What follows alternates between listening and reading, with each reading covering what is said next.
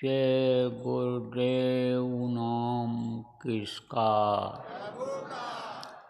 जय गुरुदेव नाम किसका। प्रभु का पावन नाम, प्रभु का पावन नाम। जय गुरुदेव।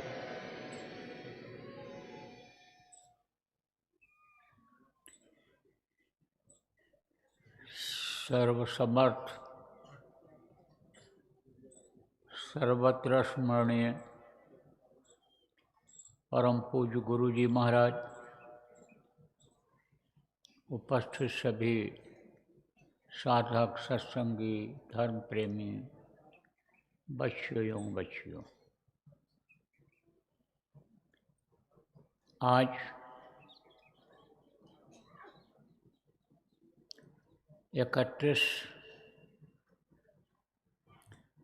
अक्टूबर 2024 प्रातःकाल की बेला आश्रम उज्जैन मध्य प्रदेश भारत।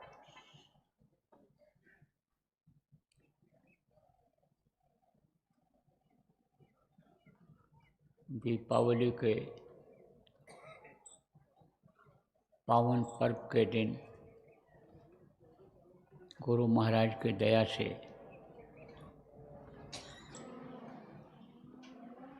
मुझे भी एक प्रेम का वातावरण दिखाई पड़ रहा है।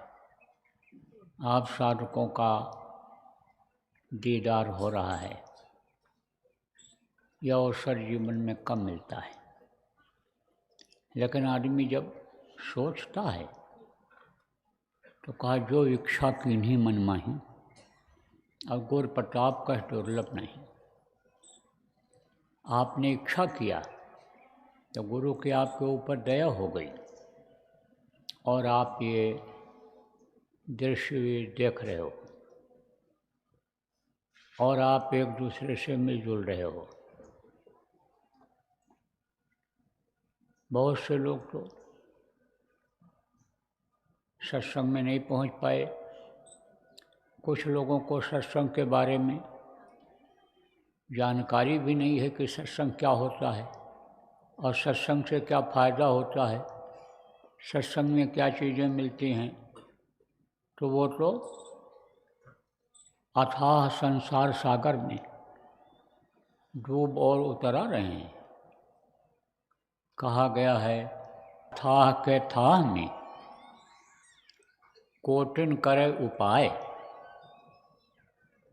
और सत्संग भी जाने नहीं, सत्संग बिन जाने नहीं दया दीन उपकार। बगैर सत्संग के दया दीनता उपकार परोपकार जिसको कहते हो, यह समझ में नहीं आता है। और जब सत्संग में जाता है तो धर्म के बारे में जानकारी हो जाती है, कर्म कैसा करना चाहिए इसकी जानकारी हो जाती है।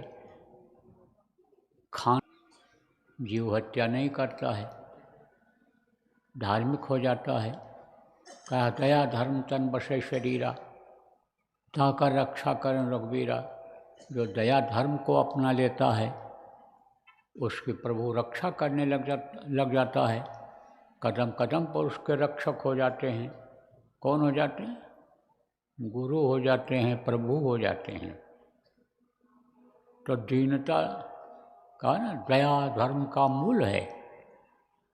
धर्म का मूल जो है, मूल किसको कहते हैं? जो तू सींचे मूल को, फूले फले अघाए। मूल माने होता है जड़, जहाँ से शुरुआत होती है पौधे की। उसकी सिंचाई करते रहो तो पौधा हरा भरा रहेगा, लेकिन पत्ता पत्ता सींच लोगे तो पौधा सूख जाएगा। तो दया मूल है। किसका मूल है? धर्म का मूल है। और पाप मूल अभिमान। और स्वामी दया न छोड़िए प्राण। महात्माओं ने किस तरह से कैसे समझा दिया है। कि दया एक मूल है जो धर्म का, उसको मत छोड़ो। दयालु बनो, दीनता लाओ। छोटा बन जाने पर सब प्यार करने लगेंगे। जानवरों के बच्चे को देखो, न चाहते हुए भी लोग प्यार करने लग जाते हैं, गोदी में उठा लेते हैं। क्यों? क्योंकि छोटा है। अभी शेर का छोटा बच्चा हो, शिकार करना न जानता हो, उसको आदमी गोदी में उठा लेगा। खतरनाक होता है, लेकिन प्यार में उठा लेता है। छोटा है तो लघुता से प्रभुता मिले। छोटा बन जाओ तो छोटे से ही महान बन जाते हैं लोग। छोटा बन जाओ, सब प्यार करने लगेंगे। देखो प्रेमियों, कैसे महानता बढ़ती है। महानता किसको कहते हैं? बड़प्पन को। और बड़े को लोग प्रणाम करते हैं, सलाम करते हैं, बड़ों की इज्जत करते हैं, बड़ों को ऊंची जगह पर बैठाते हैं। तो छोटा है लेकिन लिखा पढ़ी की बात नहीं, देखा देखी की बात। देखा देखी वाली भी बात बताऊंगा आपको, लेकिन लिखा पढ़ी की बात यह है कि सबसे लघुताई भली और लघुता से सब होए। जो दुतिया के चांद को शीश नवे सब कोय। पूर्णिमा का चंद्रमा होता है, एकदम थाली जैसा दिखता है, इसे गोल थाली जैसे होती है। लेकिन दुतिया का चंद्रमा छोटा सा होता है, ऐसे लकीर सी खिंची रहती है, टेढ़ी सी। लेकिन दुतिया के चंद्रमा को ही लोग प्रणाम करते हैं, मस्तक झुकाते हैं। इस्लाम धर्म में भी देखो, मुसलमान लोग खुश होते हैं देख करके, अंदर अंदर में वो भी प्रणाम करते हैं। अब चाहे इसी दृष्टिकोण से बहुत से लड़के जो नहीं समझ पाते हैं करते हों प्रणाम, खुश होते हों कि अब खाने को मिल जाएगा या ईद हो जाएगी, लेकिन दुतिया के चंद्रमा का इंतज़ार करते रहते हैं। तो छोटा है चंद्रमा, छोटा है, इसलिए उसको लोग प्रणाम करते हैं। तो कहते हैं भाई, छोटा भाव कैसे पैदा होगा, कैसे जानकारी इस बात की होगी, इसका पालन कैसे होगा? जब सत्संग मिलेगा तब जानकारी होगी। बराबर सत्संग अगर सुनते रहेंगे तो सुनते सुनते समझ में आ जाएगा, तो छोटापन आ जाएगा। तो प्रेमियों, सत्संग बिन जाने नहीं, दया और दीनता और परोपकार। परोपकार का लाभ मिलता है। परोपकार किसको कहते हैं? दूसरे की मदद कर देना। किसी के पास नहीं है और उसको आप खिला दोगे, मदद कर दिया आपने, तो उसका जो मन प्रसन्न होगा, और मन के साथ आत्मा है, आत्मा को जो सुख मिलेगा। शरीर सुखी है तो जो भी है सब सही है कहते हैं। तो जब पेट के अंदर जाएगा और मन भरेगा तो आत्मा भी खुश होगी कि हमको जो मौका मिला है शरीर में रहने का, वो ये शरीर स्वस्थ रहेगा। तो उससे क्या होता है? आशीर्वाद मिलता है। तो कहते हैं कि भाई परोपकार करना चाहिए, परोपकार से फायदा होता है। अब देखो, जैसे शरीर के सुख के लिए हमने बताया भोजन करा दो, ठंडी आ रही है, नहीं है किसी के पास, आपके पास है तो आप कपड़ा दे दो। कोई बीमार है, तकलीफ़ में रो रहा है, दवा दिला दो। और कोई तकलीफ़ है आप दूर कर सकते हो, आपके स्तर की तकलीफ़ दूर करने का है तरीका, तो आप उसका दुख दूर कर दो। तो जब दुख दूर कर दोगे तो किससे आराम किसको आराम मिलेगा? शरीर को आराम मिलेगा। लेकिन आत्मा को आराम किससे मिलेगा? यही भजन तेरे संग चलेगा, पावेगा विश्राम। विश्राम, आराम रुक जाता है आदमी चलते चलते, बैठ जाता है, जब थका रहता है बैठने की जगह मिल जाती है तब कहता बड़ा आराम मिल गया, बड़ी शांति मिल गई। लेटने का मिल गया तो कहता बहुत थके हुए थे और जगह मिल गई, आराम मिल गया, विश्राम कर लिया जब, तो पावेगा विश्राम। जब ये जीवात्मा परमात्मा तक पहुंच जाएगी, जिसकी ये बूंद है, अंश है, उस समुद्र रूपी परमात्मा की ये जो बूंद है, यानी ये बूंद जब उस समुद्र में विलीन हो जाएगी तब ये सुखी हो जाएगी। बूंद का आप पे समझो कि खतरा बना रहता है। कैसे ये भी बता दें, जैसे कोई चिकना घड़ा है और उसके ऊपर एक बूंद पड़ गया। अब बूंद अगर ये सोचे, पानी की बूंद अगर ये सोचे कि अब हमको ये बढ़िया चिकनी जगह मिल गई रहने के लिए, तो उसका कोई भरोसा है? नहीं भरोसा है। जैसे थोड़ी सी हवा चलेगी तैसे वो नीचे बूंद गिर जाएगी। अब नीचे क्या चीज़ है? पत्थर है कि बालू है कि मिट्टी है, क्या है कि कीचड़ है, क्या है? तो बूंद का कोई भरोसा है? बूंद का कोई ठिकाना है कि वो बूंद कहाँ चली जाए? देखो प्रेमियों, स्वाति नक्षत्र होता है तो स्वाति नक्षत्र की जो बूंद होती है वो केले के पंखुड़ियों में जब पड़ती है तो कपूर बन जाता है। और वही बूंद जिसका बता रहा हूँ भरोसा कोई नहीं है कि बूंद ऊपर से गिरेगी तो कहाँ जाएगी। जैसे ये जीवात्मा भटक जाती है नरकों में, 84 में चली जाती है, उसी तरह से उस बूंद का कोई भरोसा नहीं है कि वो बूंद अनेक कहाँ जाएगी। तो वही स्वाति नक्षत्र की बूंद बरसात की अगर सीप के मुंह में पड़ गई तो उसमें वो मोती बन जाती है, उसी बूंद की कीमत बढ़ जाती है, मोती बन गई वही चीज़। और अगर सांप के मुंह में वही बूंद पड़ गया तो जहर बन जाती है, वही बूंद जहर हो जाएगा। वो साथ का देखो कितना असर होता है। इसीलिए कहा जाता है कि अच्छे का साथ करो, अच्छे का साथ करोगे अच्छाई आएगी, बुरे का साथ करोगे तो बुराई आएगी। काजल की कोठरी में जाओगे तो कहीं न कहीं कालिख लग जाएगा, कितना बचा के रहोगे। और अगर साफ सुथरी जगह पर रहोगे तो गंदगी नहीं आएगी, यह समझाया जाता है। तो ये जो परमात्मा की अंश, ये जो जीवात्मा है, यह सुखी कब होती है? कि जब पहुंच जाती है अपने घर, अपने पिता के पास, परमेश्वर के पास, जब उस समुद्र में पहुंच जाती है। जैसे ऊपर से बूंद गिरी और अगर वो फिर घूम करके समुद्र में पहुंच गई तब वो सुखी हो जाती है कि हम अब अथाह अन्य समुद्र में आ गए। ऐसे ही वो अथाह है। आप ये समझो कौन अथाह है? जैसे इस डूबने उतराने का समुद्र रूपी मृत्यलोक को अथाह बताया गया, ऐसे वो जय गुरुदेव लोक जो है, सतलोक जो है, वो अथाह है। तो वहाँ जब ये बूंद पहुँच जाएगी तब सुखी हो जाएगी। तो एक परोपकार, ये बहुत बड़ा परोपकार है कि इसको वहाँ पहुँचा दो, इसके ऊपर भी दया करो। जैसे जीवों पर दया करते हो ऐसे इस आत्मा के ऊपर दया करो।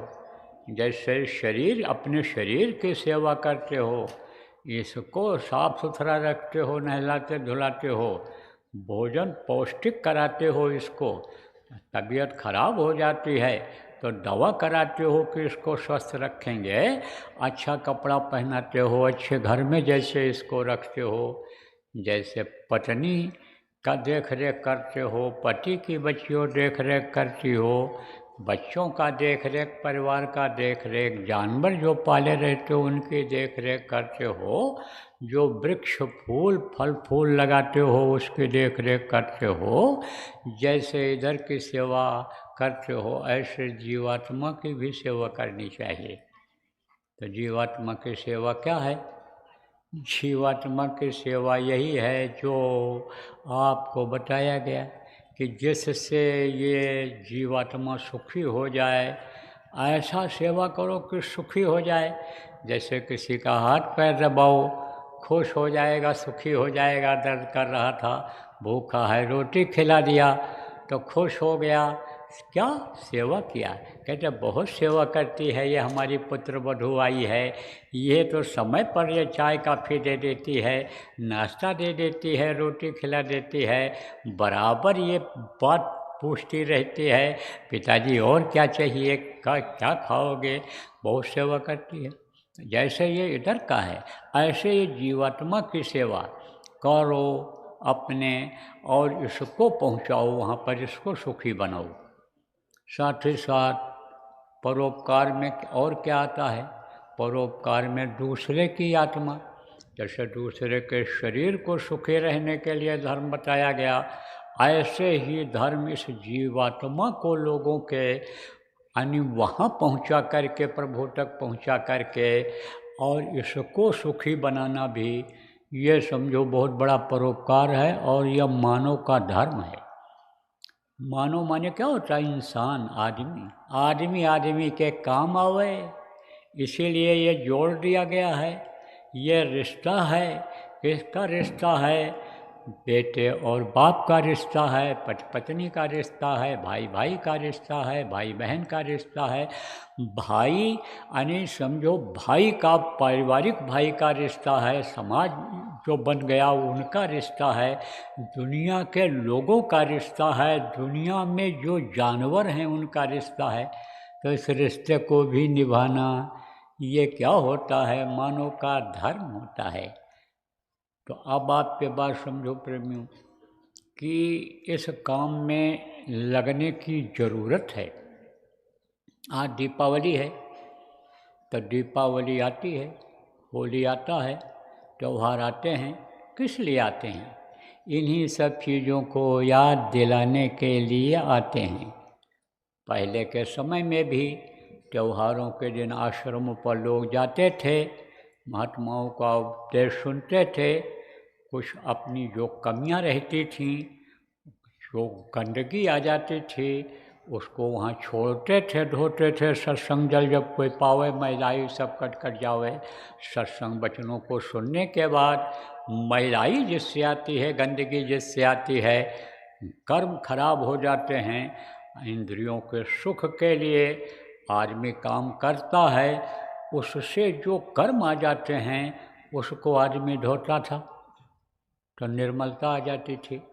तो आप समझो, जो गांव के लोग हो, सीधे साधे लोग, मोटी बात आप ये समझो कि जो कुछ भी बुराई आ गई है शरीर के अंदर, मालूम हो जाता है, शराबी को मालूम हो जाता है कि शराब बुरी चीज़ है, नशेड़ी को मालूम हो जाता है कि नशे की ये चीज़ें एक दिन हमारा विनाश करेंगी, हमारे शरीर का खात्मा कर देंगी, बुरा कर्म हमसे करवा डालेंगी। बुरा कर्म अगर हम नहीं भी करेंगे तो ये हमारे शरीर के अंगों को यानी बिल्कुल ख़त्म कर देंगी, खोखला कर देंगी शरीर को, और हमारी मौत हो जाएगी। तो वो इस चीज़ को समझता है।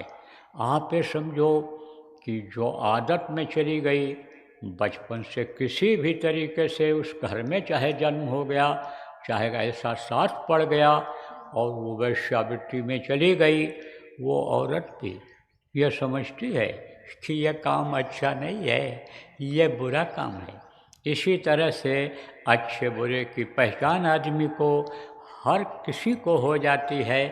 तो हमको तो संकेत में यही बात कहना है आपसे कि आपके अंदर कोई अगर बुराई आ गई हो, चाहे जगह के असर से आ गई, चाहे खान पान की वजह से मन उसमें लग गया उसकी वजह से आ गई, चाहे स्थान के दोष से, संग दोष से, किसी भी तरह से बुराई आई हो, तो त्यौहार के दिन छोड़ते थे लोग अपनी बुराइयों को यहाँ छोड़ो और अच्छाई को अपनाओ। अच्छाई को अपनाओ। कौन सी अच्छाई को अपनाओ? कि दूसरों की भलाई करो, दूसरों के आत्मा का कल्याण का ये जो रास्ता बताया गया है, भवसागर से पार होने का जो ये रास्ता हमको आपको प्रेमियों मिला है, इस रास्ते पर लोग चलने लग जाएं। अब सीधी बात समझो आप कि यहाँ से जाने के बाद आप पता करो कि हमारे गांव में कौन कौन लोग नामदानी हैं। बहुत से लोग नामदान लेकर चले जाते हैं, लेकिन आना जाना उनका नहीं होता है।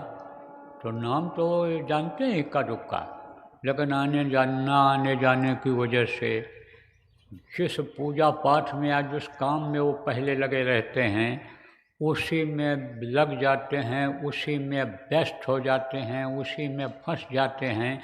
इस चीज़ को लोग छोड़ देते हैं। लेकिन जब आप उनको समझाओगे कि यही तो मूल है सब कुछ जानने का, समझने का, यही सब कुछ है, जब उनको आप ये बताओगे कि भाई शब्द से ही सब कुछ ये संसार बना है, शब्द से ही देवी देवता बने हैं, और ये जो शब्द भेदी नाम है, ये जो ध्वन्यात्मक नाम है, इस नाम को जब आप जपोगे, जब आप गुरु के आदेश का पालन करोगे, तब यानी समझो कि आप सुखी होगे, ये शरीर भी सुखी होगा और आत्मा भी सुखी होगी। तभी आपका संकट जाएगा, और नहीं तो देखो इतिहास भरा पड़ा हुआ है, बाहर की ये जड़ पूजा से किसी को कुछ नहीं मिला।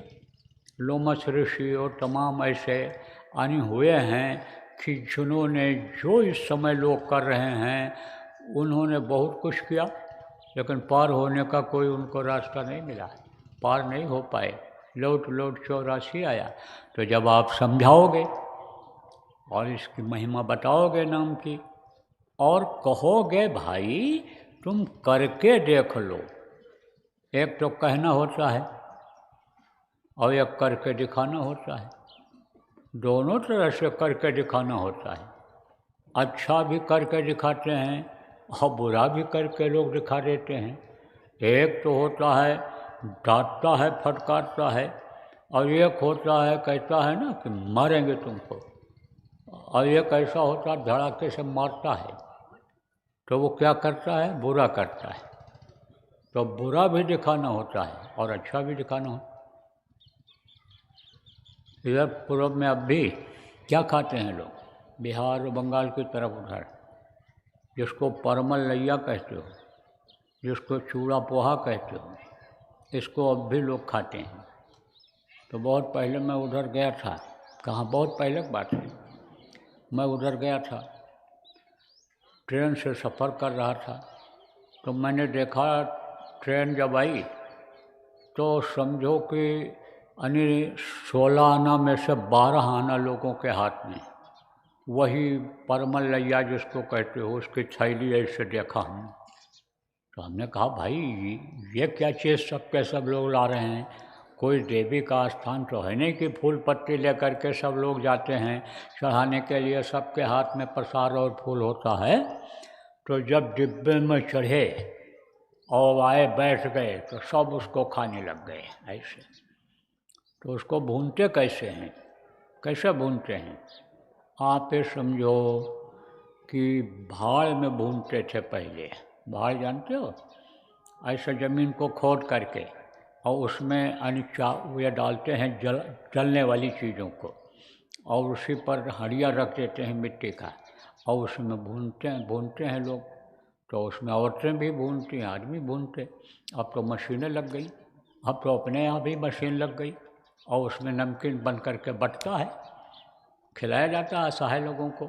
तो मशीन अब आ गई, पहले तो उसमें भूनते थे। तो रामलीला हो रही थी तो लड़के लोग देखने जाते थे रामलीला, और जब स्कूल से शाम को छुट्टी पाए तो घर से ले जाते थे कच्चा चावल और वहाँ भुनवा करके खाते थे।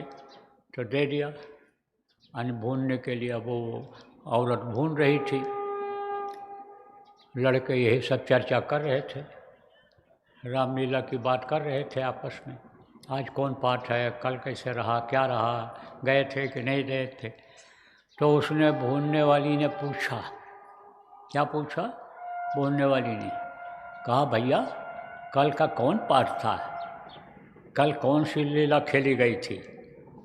तो एक लड़के ने कहा, ये बताओ कि करके दिखाऊं? अरे बोली, भैया करके दिखा दो तब तो बहुत बढ़िया है। बस उसी में जलते हुए आग को उठाया उसने इसे और उसकी झोपड़ी में लगा दिया। अब झोपड़ी जलने लगी तो कहा, देखा कल कौन पाठ हुआ था? लंका दहन हुआ था, ऐसे झोपड़ी जली थी। तो बुराई को भी करके दिखाते हैं और अच्छाई भी करके दिखाते हैं। तो अच्छाई और बुराई यानी ये दोनों अनुभव में तब आता है कि जब आप ये समझो अनुभव आदमी करना चाहता है तो कराओ उनको, अपने साथ बैठाओ और खुद भी बैठो, तब तो अनुभव होगा। और नहीं तो जब भाषण दोगे आप, तो भाषण देने वाले तो बहुत लोग हैं, भाषण से काम नहीं होता है। आप ये समझो प्रेमियों कि जैसे स्कूलों में भी प्रैक्टिकल कराया जाता है, बड़ी बड़ी लेबोरेटरियाँ होती हैं, आप ये समझो उसमें प्रयोगशाला जिसको कहते हैं, उसमें प्रयोग करते हैं वो, तब कोई चीज़ का रिसर्च करते हैं। ये चांद पर पहुंच रहे हैं, ये ऊपर ग्रहों पर पहुंच रहे हैं, ये तैयारियां जो हो रही हैं, ये जो हवाई जहाज़ उड़ रहा है, ये प्रैक्टिकल से बना है, प्रैक्टिकल करने से। तो जब प्रैक्टिकल करोगे कराओगे तब आप ये समझो परमार्थी काम बनेगा, तब आप ये समझो परोपकार होगा, तब ये जो मनुष्य शरीर पाने का मतलब है, असला जो ये धर्म है, मानव धर्म है, किसी जीवात्मा को मुक्ति दिला दिया जाए, ये वापस फिर इस मृत्युलोक में ना आवे, तभी यह काम पूरा होगा। तो देखो प्रेम, ये जो साधना है आप करते हो, पहले भी लोग साधना करते थे।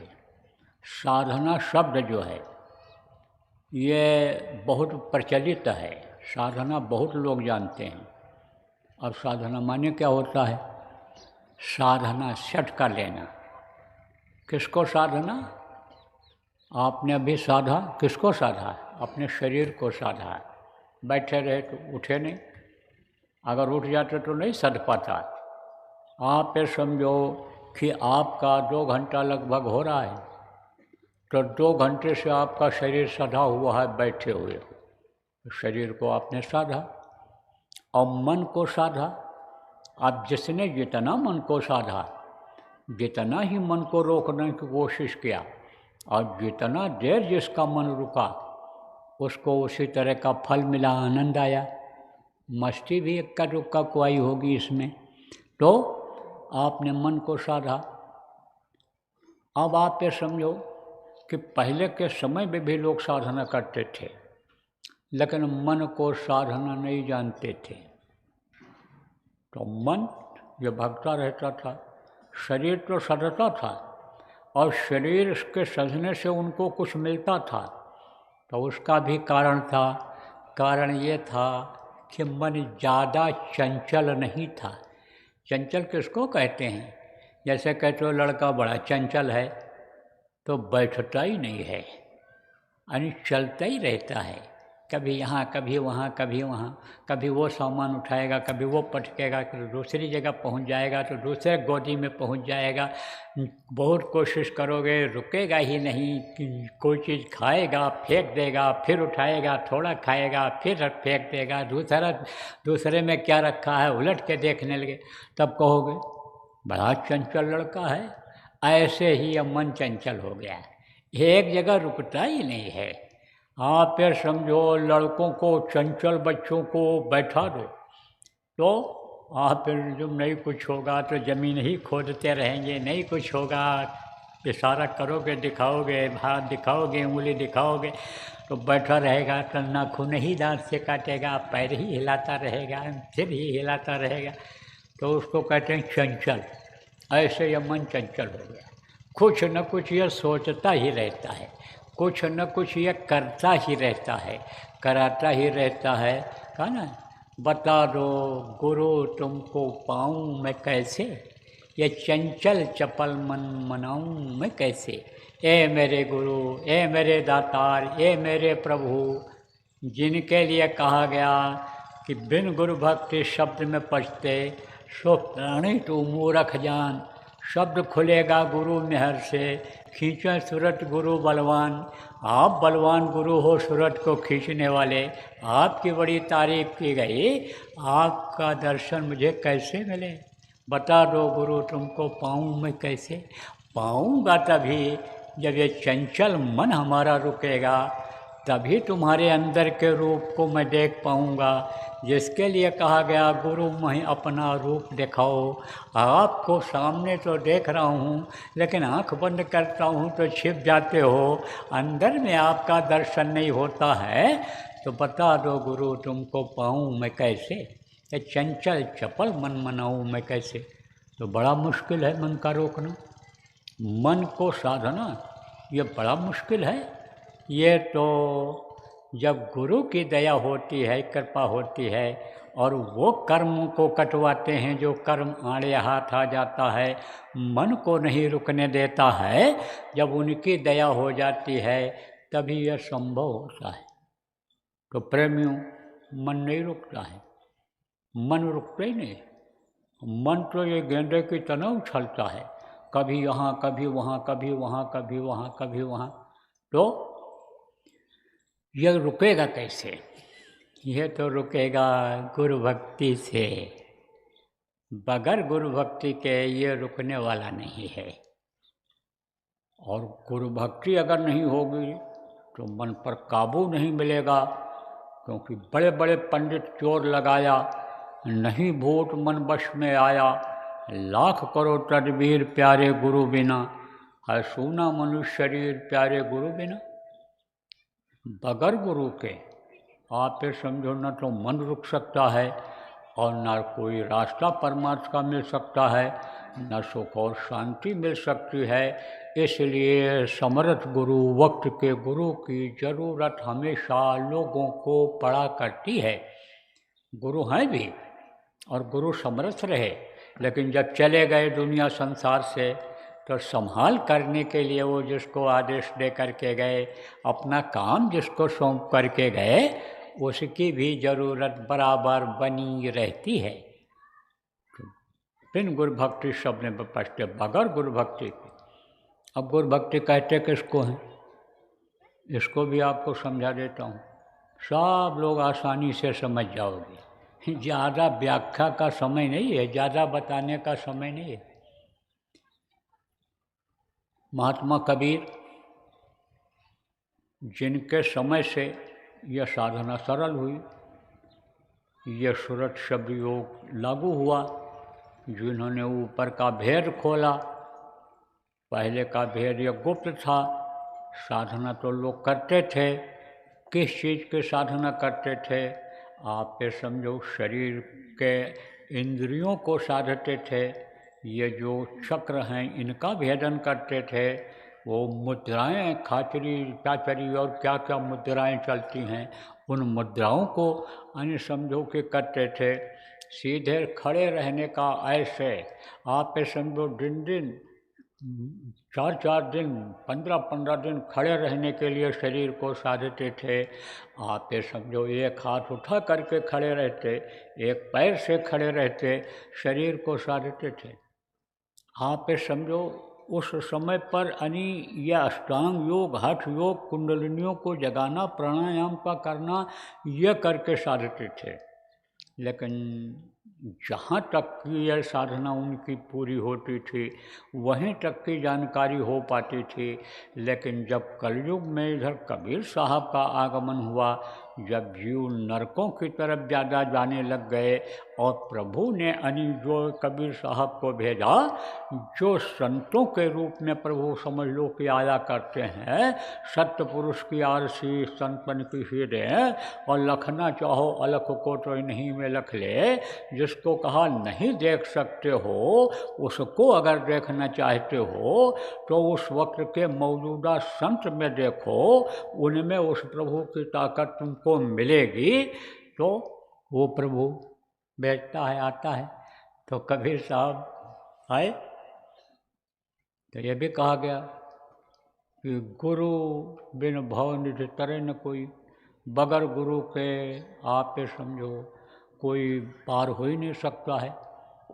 सहजोबाई ने कहा कि सहजो यानी समझो सहजो कारज जगत के, कोई भी संसार का काम हो, दुनिया का काम, सहजो यानी कारज जगत के, गुरु बिन पूरे नाय, बगैर गुरु के पूरा नहीं हो सकता है। सहजो कारज जगत के, गुरु बिन पूरे नाय। बुलाते हो ना कि कथा सुन लो, उनको भी थोड़ी देर के लिए गुरु श्रेष्ठ मानते हो, जिनसे कथा सुनवाते। शादी ब्याह में भी आप बुलाते हो, शादी ब्याह के लिए, मुंडन छिद्दन में भी आप बुलाते हो। आप समझो प्रेमियों कि अंतिम संस्कार जो होता है उसमें भी बुलाते हो। सब जगह जरूरत पड़ती है उनकी, किसकी? जो वहाँ के गुरु जैसा ही काम करते हैं, जिनको पुरोहित पंडित जी कहते हो, विद्वान कहते हो। ये एक अब भी हिंदू धर्म में परंपरा चली आ रही है। तो कहा उन्होंने सहजो कारज जगत के, गुर बिन पूरे नाय। और हरि तो गुर बिन क्यों मिलें, सोच समझ मन माए। ऐ प्राणी तो अपने मन में सोच ले कि भगवान बगैर गुरु के नहीं मिलेंगे, हरि बगैर गुरु के नहीं मिलेंगे, गुरु करना जरूरी है। तो उन्होंने गुरु किया, गुरु हमेशा रहते हैं। लेकिन उनके गुरु जो थे रामानंद जी थे, और रामानंद जी को उतनी जानकारी ऊपरी लोगों की नहीं थी। लेकिन आप इस बात को समझो कि दीक्षा उन्होंने ही उनसे लिया था। जानकारी तो उनको थी, अभ्यास तो करते थे। कहते हैं ना, होनहार बिलवान के हो चीकने पात। कोई भी पौधा देखो लगाओ और ये मालूम हो जाएगा आपको उस पौधे से कि यह होनहार होगा, ये बढ़ जाएगा, इसके पत्ते चिकने हैं, पत्ते बड़े हैं, विकास इसका जल्दी होगा। देखने से ही मालूम हो जाता है कि होनहार है। ऐसे संस्कार उनके ऐसे थे कि बहुत सी जानकारी उनको किसी से भी जिससे लिया उन्होंने, उसके बारे में वो सोच जाते थे, समझ जाते थे। भविष्य के बारे में भी सोच लेते थे कि जैसे कोई भोजन बना रहा है तो वो ये अंदाज़ा लगा लेते थे कि भाई इसमें कोई चीज़ पक रही है, खाने पीने वाली ही चीज़ होगी। तो इस तरह से अंदाज़ा लगा लेते थे। लेकिन गुरु किया था उन्होंने मर्यादा को बनाए रखने के लिए, और वो नाम जो नाम उन्होंने दिया था, गुरु पर विश्वास करके गुरु के आदेश का पालन उन्होंने किया था, और फिर उसी में और आगे बढ़ गए थे। जैसे देखो, जब कोई विद्यार्थी पढ़ता है और पढ़ाई करता है और पढ़ाई के बाद में स्कूल जाना बंद कर देता है, तो बहुत से लोग स्कूल जाने के बंद होने के बाद भी पढ़ाई करके करके अच्छे ओहदे पर चले जाते हैं। आप देखो, पढ़े लिखे जो इसमें आप बैठे हो, देखो कोई क्लर्क था, कोई मास्टर था, कोई वकील था, कोई कुछ था, और वही जज बन गए पढ़ाई करके। बैठे इम्तहान में, पास हो गए, वही मजिस्ट्रेट बन गए। तो इस तरह से समझो आप कि पढ़ाई करके भी, अपने स्तर से भी पढ़ाई करके आदमी निकल जाता है, या बच्चियां भी इसी तरह से आगे बढ़ जाती हैं। तो उन्होंने मेहनत किया, और मेहनत किया, जब ऊपरी लोकों में गए, जब वहाँ गए, ऊपर का नज़ारा जब देखा, तब उन्होंने वर्णन किया, उनको आदेश हुआ कि अब तुम इसको फैलाओ, ये चीज़ जो तुमको मिली है, ये जो देख रहे हो, इसके बारे में लोगों को बताओ, बताओ ही नहीं, उपाय बताओ और कराओ। तो इसी में तो कबीर साहब प्रथम संत कहलाए, संत मत के अधिष्ठाता कहलाए। तो कबीर साहब क्या करते थे? कपड़ा बुनने का काम करते थे। देखो प्रेमियों, गरीबी ये समझो कि अगर हो जाए, मिल जाए आदमी को, भगत आदमी को, परमार्थी आदमी को, तो समझ लो कि दया हो गई। क्यों? क्योंकि गरीबी में भगवान याद आते हैं। धन रहता है तब क्या याद आता है? लक्ष्मी गणेश याद आते हैं। और जब धन की कमी हो जाती है तब भगवान याद आते हैं। लक्ष्मी गणेश की पूजा उस समय लोग नहीं करते हैं। लक्ष्मी गणेश की जब तब पूजा करते हैं कि जब धन मिलने को होता है, और जब धन नहीं मिलता है, लक्ष्मी गणेश पूजा कर लिया, सबकी पूजा कर लिया, नहीं मिलता है, तब उस भगवान को याद करते हैं। देखते नहीं, जानते नहीं, लेकिन कहते अब भगवान ही इज्जत रखेंगे, प्रभु इज्जत रखेंगे। तो अब आप ये समझो प्रेमी कि गरीबी भी यानी समझो रोग भी मिलना ये कोई खराब चीज़ नहीं है। हालांकि मिलता है, यह कर्मों के अनुसार ही, प्रारब्ध के अनुसार ही मिलता है। लेकिन आप जो इसमें अपने को गरीब महसूस कर रहे हो, आपको जो गरीब कह रहे हैं, आप जो दुखी बीमार हो, लोग बीमार कह रहे हैं, आप चिंता मत करो, फिक्र मत करो। आप अगर प्रभु को याद करते रहोगे, सच्चे मन से याद करते रहोगे, जो ये मैं बताया छोटापन आप में रहेगा तो दीन देख कर करे निवेरा, और जो है सच्चे मन से हेरा, जिसके अंदर दीनता आ जाती है, अंतरात्मा निर्मल हो जाती है, सच्चे मन से जो उस प्रभु को पुकारता है, उसके तकलीफ को वो दूर कर दिया करते हैं। तो ये हमारे गुरु महाराज की तस्वीर देख लो। दुनिया छोड़कर तो चले गए ये, लेकिन ये अब भी संभाल करते रहते हैं, हमारी भी संभाल करते हैं, हम भी उनको याद करते रहते हैं, और आपकी भी वो संभाल करेंगे जैसे हम उनको याद करते रहते हैं। हमको तो ये विश्वास है कि आप अगर गुरु को याद करते रहोगे तो आपकी भी मदद होगी। तो कपड़ा बुनते थे कबीर साहब, कपड़ा बुनते थे। तो एक दिन क्या हुआ कि उनकी शोहरत को सुन करके, शोहरत किसको कहते हैं? प्रतिष्ठा, इज्जत, सम्मान जिसको कहते हो आप, वो फैल जाता है। प्रतिभा जिसको कहते हैं वो छिपी नहीं रहती है। सूरज को कितना भी बादल ढकने की कोशिश करे तो बादल ढक नहीं पाता है। जहाँ बादल कमज़ोर पड़ेगा वहीं सूरज की तरफ निकल करके, रोशनी निकल करके बाहर आ जाएगी।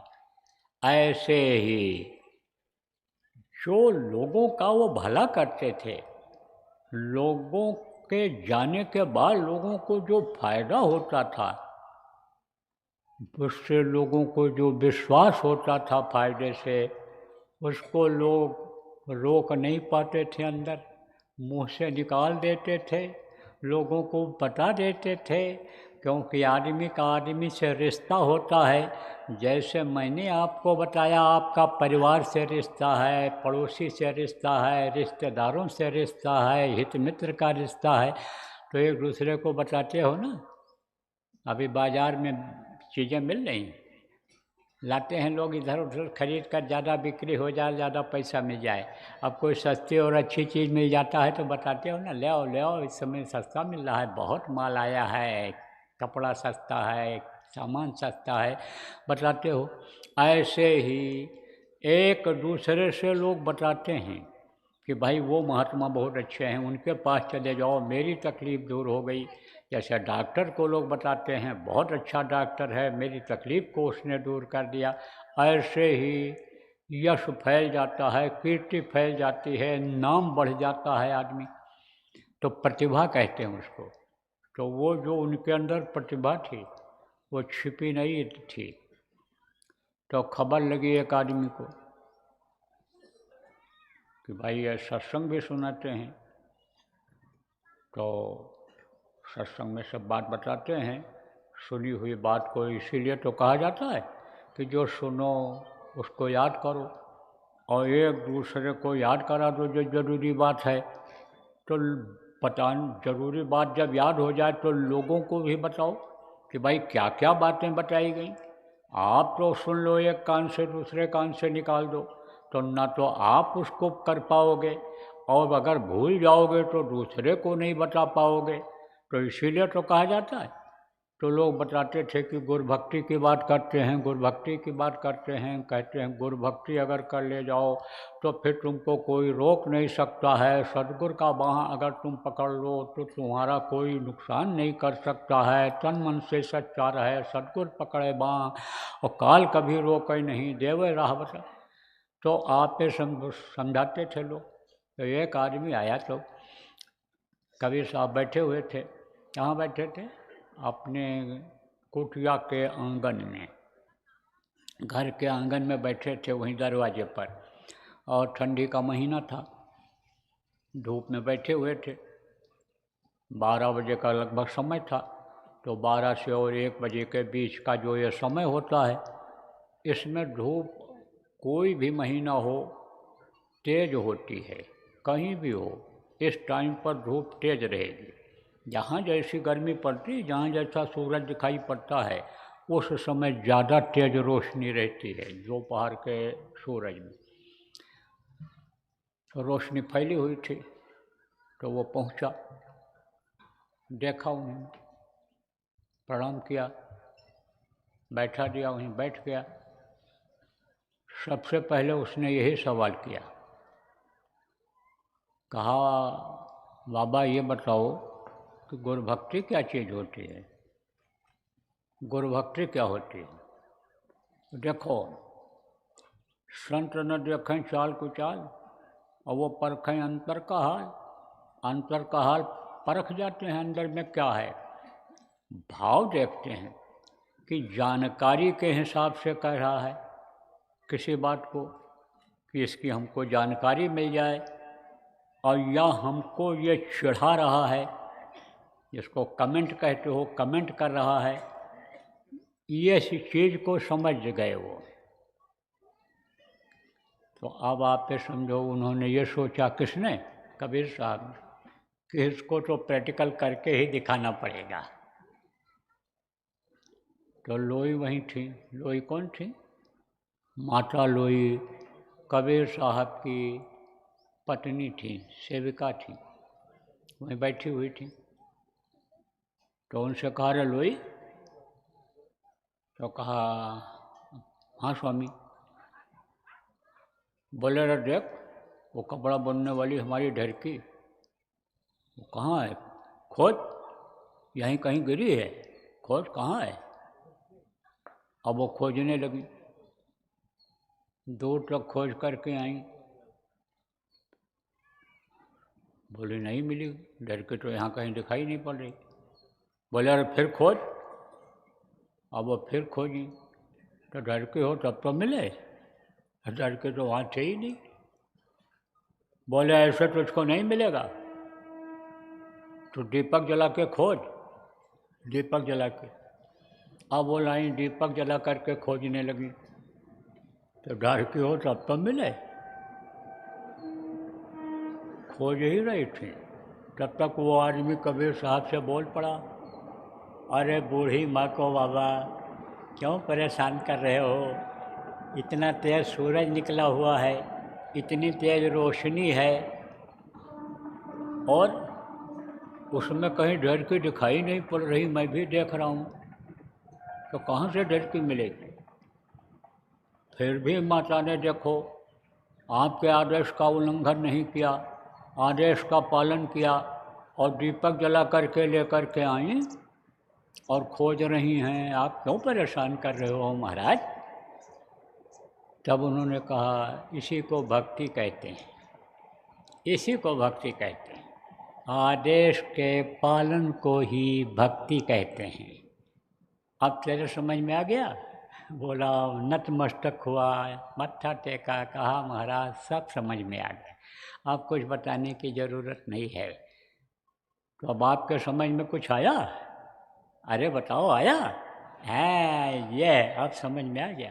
और जो हाथ नहीं उठाए उनके समझ में नहीं आया है? हाँ, अब तो ज़्यादा लोगों समझ में आ गया। जो आदेश हो उसका पालन ही भक्ति है, उसका पालन जो गुरु कहें उसका पालन ही गुरु भक्ति है। अब आप ये समझो, गुरु भक्ति अगर कर ले गए तो प्रेमियों सब काम बन जाने वाला है। दासो बेग न रोके कोई, उसका बेग कोई रोक नहीं सकता है। काल कर्म की चले न बाजी, गुरु राजी तो करता राजी। गुरु राजी हो जाएं तो फिर काल कर्म की कोई बाजी नहीं चलती है, कितना भी दांव कोई लगावे। आप समझो काल का नुमाइंदा है या काल स्वयं दांव लगा दे तो उनका कोई कुछ कर नहीं सकता है। लेकिन इनका खुश होना है भारी, इनका खुश होना गुरु का मुश्किल होता है। कारण क्या है प्रेमियों, बच्चों और बच्चियों, हम पामर जीव गुरु के आदेश का पालन कर नहीं पाते हैं, गुरु के आदेश का पालन नहीं कर पाते हैं। एक आदेश का पालन अगर कर ले जाएं तो इसी से सब काम बन जाए। एक कह साधे सब सधे, सब साधे सब जाए। एक बार अपने दोनों आँखों के बीच की तीसरी आँख खोल ले जाएं, उसमें जो तीसरा कान है उसको खोल ले जाएं, उसकी सफाई कर ले जाएं, उसके ऊपर जो कर्म लदे हुए हैं अच्छे और बुरे सब को नष्ट अगर कर ले जाएं, तब यानी समझो कि आदेश का पालन हो जाए। फिर बेग न जाने कोई। आप ये समझो यह रहस्य गुरुदेव कर, बेग न जाने कोई, और जो जाने सतगुरु कृपा, जन्म मरण नहीं होए। तो अब ज़्यादा क्या सुनाऊं, 3 घंटा हो रहा है, ज़्यादा मत सुनो, बस करो। अब समझो सुनने का कम और करने का ज़्यादा, करके दिखाने का ज़्यादा। अब आप ये समझो कि आँख खुलेगा कैसे और कान खुलेगा कैसे। जैसे आपने कान को अपने बंद कर लिया है, जैसे आँख को अंदर के आपने बंद कर लिया है, उसी तरह से खुलेगा। देखो नट और बोल्ट होता है, ऐसा बोल्ट होता है, चूड़ी होती है, तो उसमें समझो आपकी नट को लगाते हैं तो कसते हैं, तो जैसे कसा जाता है ऐसे जब उसको खोला जाएगा, जिस चीज़ से कसा जाता है उसी चीज़ से उसको खोला जाता है। रिंच हो, प्लास हो, क्या क्या नाम पड़ा हुआ है, जिससे कसा जाता है उसे खोला जाता है। तो ये जिससे आँख बंद किया, जिससे कान बंद किया, उसी से वो खुलेगा। पहले के युग में तो बंद होते ही नहीं था, सबकी खुली रहती थी। सतयुग योगी सब विज्ञानी, करिह ध्यान तरह बहु प्राणी। सतयुग में तो सबकी आँख कान खुली थी, और कान अगर अंदर का न खुला होता तो ऋषि मुनि वेदवाणी को कैसे सुन पाते। वेदवाणी, वाणी किसको कहते हैं, जो मुँह से निकलता है, तो उसको किससे सुना था उन्होंने, अंदर के ही कान से सुना था। वेदवाणी को अंदर के ही कान से सुना था, तो अंदर का कान अगर खुला न होता तो वेदवाणी को कैसे सुन पाते। आज का ये जो कानून बना हुआ है, वेदों में जो लिखा हुआ है कि मनुष्य का खान पान कैसा होना चाहिए, मनुष्य का चाल चलन कैसा होना चाहिए, मनुष्य को सुख समृद्धि मिलेगी कैसे, जीवात्मा इसके अंदर जो परेशान है बहुत दिनों से ये विकल है, अपने घर अपने वतन नहीं पहुंच पाई, इसको खुराक नहीं मिल पाया, तो इसको खुराक मिलेगा कैसे। सारी बातें उसमें लिखी हुई हैं, लेकिन अब वेद पढ़ नहीं पाते, समझ नहीं पाते हैं, तो कहाँ से ये समझ में आएगा। अब जिनको जानकारी हो गई महात्माओं को इन चीज़ों की, वही लोग इनको उनको बताते रहे हैं, समझाते रहे हैं और रास्ते पर चलाते भी रहे हैं, संस्कार डालते रहे हैं। ईश्वर भक्ति ही लोगों ने अगर सिखाया तो समझो ईश्वर की ही दया हुई। पुण्य पुंज बिन मिलहि न संता, पुण्य जब बना, ईश्वर भक्ति किया उससे पुण्य बना, तभी तो संत मिले हमको आपको। तब पुण्य उदय किया, किसके द्वारा उदय किया, उन्हीं कर्मों को, अच्छे कर्मों को करवा करके उदय किया। लेकिन अब तो वो चीज़ धीरे धीरे उदय होने के बजाय लोप होती चली जा रही है। ये जो पूजा पाठ लोग करते थे, ये जो यज्ञ जप तप करते थे, ये जो मेहनत करके मंदिरों में जाते थे, जो ये तीर्थों में जाते थे, अब कोई करना चाहता है तो वो धीरे धीरे लोप होता चला जा रहा है। लेकिन संस्कार तो उन्होंने ही डाला है। तो अब आप ये समझो कि अंदर का कान अगर खुला ना होता, हाँ, तो उसको वो सुन ही नहीं पाते, ये चीज़ लागू ही नहीं हो पाती। खुला हुआ था, लेकिन युग बदला, लोगों के कर्म खराब होने लग गए। तब आप ये समझो कि संतों को उन कानों को आसानी से खोलने के लिए, आँख को आसानी से खोलने के लिए यह रास्ता निकालना पड़ा। लेकिन जो भजन ध्यान है, इसमें अभी मन नहीं लगता है। मन तो इंद्रियों के घाट पर बैठकर रस ले रहा है, तो मन अभी इसमें नहीं लगता है। तो मन लगेगा कैसे? यह मन मैला हो गया। किसके द्वारा मैला हो गया? यही कर्मों के मैल से मैला हो गया। मन का और जीवात्मा का स्थान एक घाट समझ लो कि एक ही जगह पर समझ लो कि है प्रेमियों। अब ये जरूर है कि आत्मा अपनी जगह से बैठ करके इस शरीर का संचालन करती है, और मन यहाँ हृदय में उतर करके, और आप ये समझो कि नीचे का यह रस लेता है, नीचे जो इंद्रियां हैं इसका रस लेता है। ये जरूर है, लेकिन स्थान तो एक ही जगह पर।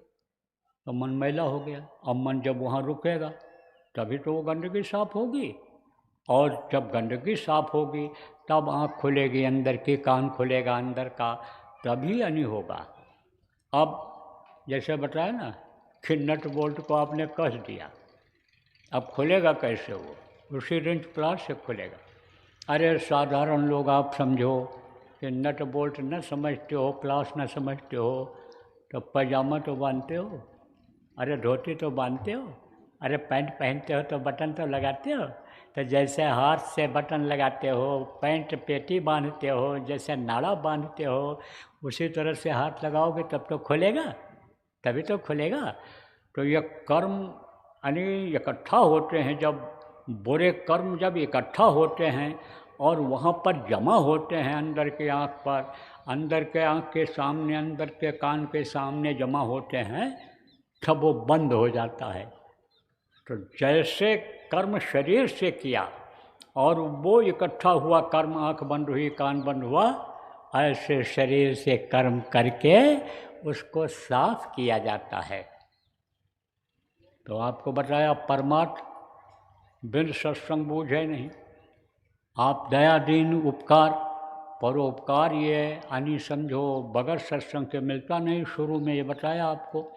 अब जब इस पर परोपकार करोगे, किस पर परोपकार करोगे? अपने शरीर पर परोपकार करोगे, आप अपनी जीवात्मा पर परोपकार करोगे जब आप, और इससे परोपकार का काम करोगे, इसको अन्य कर्मों के यानी समझो कि कर्मों को इससे जब शरीर से जलाने की कोशिश करोगे, सफाई अंदर की करने की कोशिश करोगे, तब यह संभव होगा। तो महात्माओं का काम क्या होता है? संतों का काम क्या होता है? हम आए वह देश से जहाँ तुम्हारो धाम, तुमको घर पहुँचाऊँ ना एक हमारो काम। एक लक्ष्य को उद्देश्य होता है जीवों को हम घर पहुँचा दें, तो तरह तरह का रास्ता निकालते हैं। मोटी बात समझो, खेत की कटाई करनी होती है, तो खेत की जब कटाई करनी हुई तब आपने हंसिया से खेत को काटा। अब परिवर्तनशील संसार है, यहाँ बदलाव होता रहता है। अब उसके बाद में क्या आ गया? मशीन आ गई। बनाना पड़ा लोगों को, क्योंकि हाथ से कटाई हो नहीं सकती। उस वक्त पर चूल्हे की मोटी रोटी बना करके आदमी खाता था। अब तो 7-7 दिन की, 8-8 दिन की बासी रोटी, जिसको डबल रोटी कहते हैं, उसको खाने लग गए। डालडा खाने लग गए देसी घी की जगह पर। आप समझो ये मिलावटी तेल खाने लग गए। सरसों का खेती करते शुद्ध तेल मिलता था, अब इसको खाने लग गए तो ताकत रह जाएगी? अरे नशे में आदमी का शरीर क्या होता है? खून जल जाता है, ये नसें नज़दीक आ जाती हैं जो दूर होनी चाहिए, शरीर दुबला हो जाता है, चिपक जाता है। ये क्या, यही जो फूला हुआ मांस है यही चिपक जाता है, यही चमड़ियाँ चिपक जाती हैं नशे में। क्यों? क्योंकि ये शरीर सूट नहीं करता है तेज नशे को, चाहे शराब हो चाहे आप गांजा भांग हो। तो वो खेत काट पाएंगे? नहीं काट पाएंगे। तो खेती बहुत से लोगों की ऐसे खराब होने लग गई। तब लोगों ने कहा इनसे पैसा लो और काटो, न पैसा दे पाओ तो अनाज ही ले लो, मड़ाई करो, उसी में से अनाज ले आओ, बेच लो अपना। तब मशीनें चल गईं। परिवर्तन हुआ कि नहीं हुआ? बदलाव हुआ कि नहीं हुआ? ऐसे ही जब संतों ने देखा कि साधना में मन नहीं लग रहा है, लोगों का बैठ ही नहीं पा रहे हैं और शरीर से कमज़ोर हो गए, 2 घंटा 3 घंटा भी बैठना मुश्किल हो रहा है, तब उन्होंने गोरख धंधा निकाल दिया। चलो प्रचार करो, चलो लोगों को रास्ता बताओ। अब इस समय जैसे लोगों का खान पान खराब हो रहा है, चाल चलन खराब हो रहा है, विचार भावनाएं दूषित हो रही हैं। आप ये समझो तरक्की के लिए आदमी बिल्कुल बारूद के ढेर पर खड़ा हो रहा है, तरक्की में नाम हो जाए हमारा, हम पहाड़ पर ऊपर चढ़ जाएं। तो ऐसे ही समझो कि आदमी इसमें जब लगा हुआ है तब वो कहाँ से बैठ पाएगा। अब ये नहीं मालूम है कि बारूद के ढेर पर खड़े होंगे। असलहा अगर हम बनाएंगे जिससे विस्फोट होगा, लोग मरेंगे, तो कोई दूसरा बना लेगा तो हमको भी मार देगा, खबर तक नहीं लगेगी। जैसे आजकल हो रहा है कि जो हीरो बने वही लोग जीरो हो गए, जो ये सोचते थे हम दुनिया को उड़ा देंगे, हमने ये असलहा बना दिया, लेकिन अब वही लोग देखो रह ही नहीं गए दुनिया में, दुनिया को उड़ाने वाले लोग रह ही नहीं गए। अरे तो करता करे न कर सके, गुरु करे सो होए, आदमी के करने से नहीं होता है, प्रभु करे सो होए, प्रभु जो करता है वो होता है।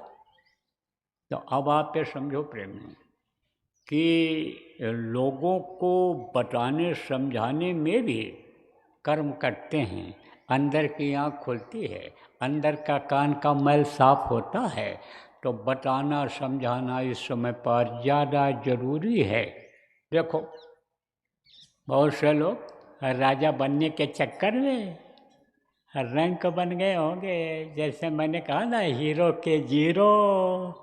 आप ये समझो कि अगर दशमलव शून्य होता है ना, या दशमलव है, दशमलव लगा दो तो आगे के जितने अंक होते हैं उनकी वैल्यू ख़त्म हो जाती है। आगे शून्य लगाते चले जाओ आगे और 1 लिख दो तो 1 की कोई वैल्यू नहीं रहेगी, 1 ही रहेगी, और वही जीरो उधर लगाते चले जाओ तो कीमत बढ़ जाती है। ऐसे तो जीरो लगाने के चक्कर में उधर जाते हैं, लेकिन जीरो पहले लग जाता है। 1 रुपया 2 रुपया वही बचता है, 50 रुपया वही बचता है जुआ में, कि जो टेम्पू का किराया देने को होता है, मेट्रो का किराया देने का होता है, रिक्शे का किराया देने का होता है, पेट्रोल भराने का 1 लीटर का होता है, वही बचता है। तो गए थे हीरो बनने और जीरो होकर के आ गए। गए थे गंगा नहाने तो कहे गंगा जी पूत देती हैं, लड़का देती हैं, लड़का किसी के पास नहीं था तो गए गंगा जी में डुबकी लगाने लगे और डुबकी बोले कि दूर लगाएंगे, सब लोग नज़दीक लगाते हैं, दूर डुबकी लगाएंगे तो हमको जल्दी पूत मिल जाएगा, लड़का मिल जाएगा। बस गहराई में गए, डूबने लग गए। अब चिल्लाए है गंगा मैया हमारे पिताजी के ही पूत को बचा लो, हमारे पिताजी के ही लड़के को बचा लो, हमको लड़का नहीं चाहिए। तो गए थे क्या करने, जुआ में जीतने, और सब हार के चले आए, सब हार के चले आए। तो आदमी ऐसे लालच में आ जाता है, ठगे बैठे होंगे इसी में भी पता लगाओगे तो।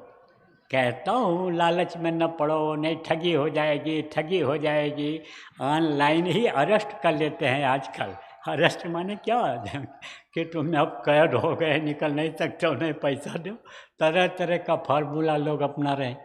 लेकिन गरीब आदमी, आप गरीब किसको कहते हैं? पैसे जिसके पास कमी होती है। अब ये तो है नहीं मालूम कि मोहन नारी नारी का रूपा और पन्नगारी है चरित अनुपा। भक्तों के पास माया और भक्ति नहीं रहती है, या तो पैसे रुपया रहेगा या तो भक्ति ही रहेगी। और भक्ति से माया मिल जाती है, माया आ जाती है, और माया से भक्ति नहीं मिलती है, माया दूर हटती चली जाती है। भक्ता के पीछे फिरे सन्मुख भागे सोए, माया छाया एक सी बेर ला जाने कोय। आप ये समझो कि ये जो माया है, रुपया पैसा है, ये पीछे पीछे चलती है, जैसे परछाई पीछे आदमी के चलती है, ऐसे ये माया चलती है जो उसको त्यागता है। लेकिन जो उसके पीछे दौड़ता है माया के, उसको नहीं मिलता है। तो लालच में आपको लोग डाल देते हैं और आप पड़ जाते हो। लालच अगर न करो, आप प्रारब्ध पर अपने विश्वास करो, तब तो आप नहीं फंसोगे, और नहीं तो आपका घर का चला जाएगा। तो अब आप ये समझो, मोटी बात समझो प्रेमी, कि भजन करो, कराओ, प्रचार करो। जो सत्संगी नहीं आ पाए उनको बताओ कि प्रचार करो, भटके हुए को रास्ता दिखाना पुण्य का काम होता है। इस पुण्य के काम को करोगे तो फिर इसका फल तुमको शरीर को भी मिलेगा, और भजन में लगाओगे तो तुम उसका फल तुमको अपने आत्मा के विकास में भी लगेगा। तो सुबह का बस अब इतना ही। अब शाम को दिन में 3 बजे से होगा। आसपास के लोग भी आते हैं, नामदान लेने के लिए भी आते हैं, तो दे दिया जाएगा। गुरु महाराज की दया रहेगी। कुछ दोपहर में सुना देंगे और कुछ कल सुना देंगे, और कल के बाद तो फिर चली चला का बेला हो जाएगा। तो बोलो जय गुरुदेव, जय गुरुदेव, जय गुरुदेव नाम किसका, जय गुरुदेव नाम किसका, प्रभु का पावन नाम, प्रभु का पावन नाम। जय गुरुदेव।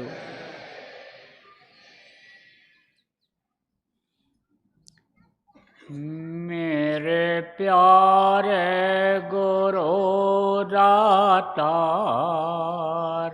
मंगता द्वारे खड़ा,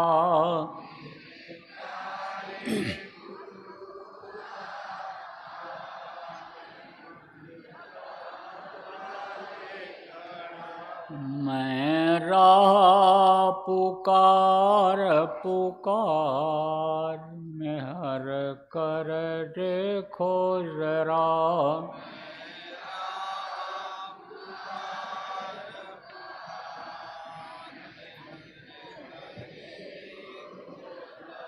मोहि दीजय भक्ति दान, काल दुख बहुत दिया,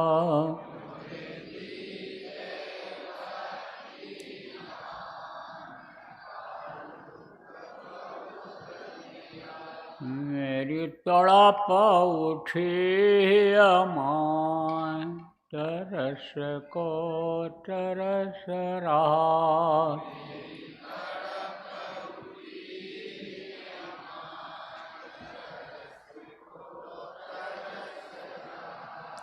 बरसाओ घटाय पार, प्रेम रंग दीजे बहा,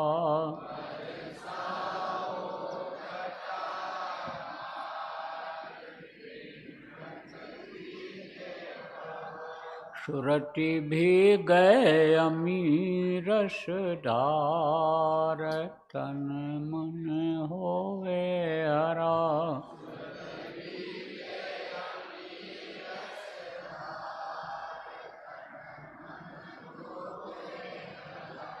मेरा जीवन सफल हुई जाए, तुम गुण गाऊं सदा,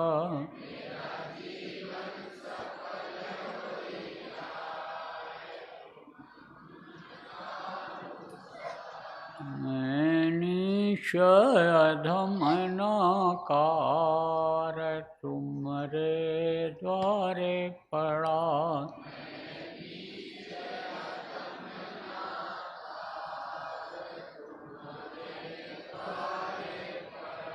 मेरी बिनती सुनो धर प्यार, घट उमगाओ दया।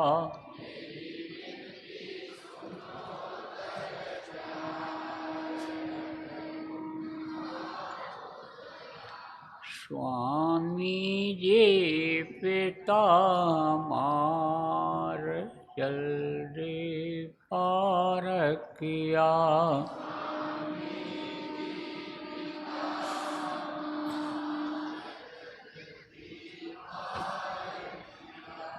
ये गुरुदेव स्वामी पिता हमार, जल्दी पार करो।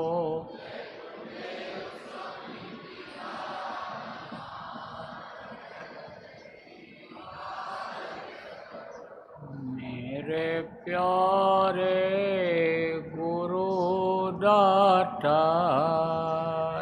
मंगता द्वारे खड़ा।